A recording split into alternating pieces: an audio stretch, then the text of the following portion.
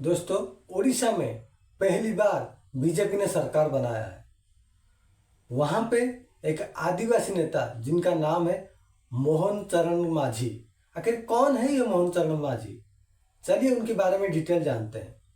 लेकिन ये वीडियो खत्म होते होते अगर आप ध्यान से देखोगे तो आए दिन जो छाती पीटते हैं ना लोकतंत्र को लेकर, कुछ लिबरल गैंग हो या कुछ INDI के नेता हो, तो आपको समझ में आ जाएगा कि लोकतंत्र आखिर बनता कैसे और उसकी खूबसूरती किस तरह से गढ़ा जाता है। दोस्तों, मोहन चरण मांझी एक आदिवासी परिवार से ताल्लुक रखते हैं। राजनीति में आने से पहले उन्होंने पैसे से एक टीचर थे जो कि सरस्वती शिशु विद्या मंदिर में पढ़ाया करते थे। उनकी उम्र 52 साल का है और वो केवंझर जिला से ताल्लुक रखते हैं। पहली बार 97 में उन्होंने सरपंच का चुनाव लड़ा था और वो जीत गए थे। तब लोगों ने उनसे कहा था कि तुम्हारी जितनी औकात है उतना में ही रहना चाहिए, लेकिन जो बोलते हैं ना, कुदरत को कुछ और ही मंजूर है।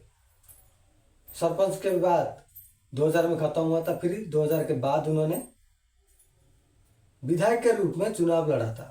विधायक के रूप में तो 3 बार चुनाव लड़े और तीनों के तीनों बार वो जीत के संसद में आए थे। क्या हुआ था, जब संसद में आए तो उनकी रहने के लिए बंगला ही नहीं था। तो आप भी सुने होंगे, तो उन्होंने क्या बाहर ही सोए थे। तो उस वक्त उनका मोबाइल भी चोरी हो गया था। क्योंकि आपको पता होगा, अभी तक जो नवीन पटनायक थे, जो 24 साल तक उन्होंने उड़ीसा में राज किए, उन्होंने भी अपने ही स्वयं का जो निवास है उधर से अपनी मंत्रालय चलाया करते थे। वो भी खुद के घर नहीं लेते। तो जिसके स्वरूप जब मोहन चरण मांझी संसद में गए तो उनको भी बंगला अलॉट नहीं हुआ था। तो ये वाकया हुआ था उस समय का। वही मोहन चरण मांझी मुख्यमंत्री के तौर पर बुधवार को शपथ ले चुके हैं। अब सोचिए, आए दिन जो छाती पीटते हैं कि लोकतंत्र खतरे में है, संविधान खतरे में है, हम भारत में तानाशाही चल रहा है, तो कैसा तो लोकतंत्र चाहिए आप लोगों को?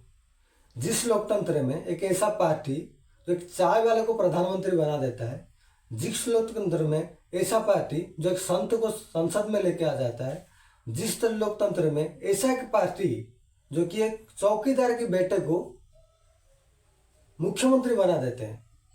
चौकीदार की बेटा मतलब समझ रहे हो ना, मोहन चरण दास जो है, सॉरी मोहन चरण मांझी जो है, एक चौकीदार का बेटा है। उनके पिताजी चौकीदार का काम कर रहे थे। कभी ख्वाबों में भी ऐसा कोई सोच भी नहीं सकता कि मैं एक दिन मुख्यमंत्री बन जाऊं, लेकिन वो भारत में ऐसा होता है। ये और कहीं नहीं, ये भारत में ही होता है।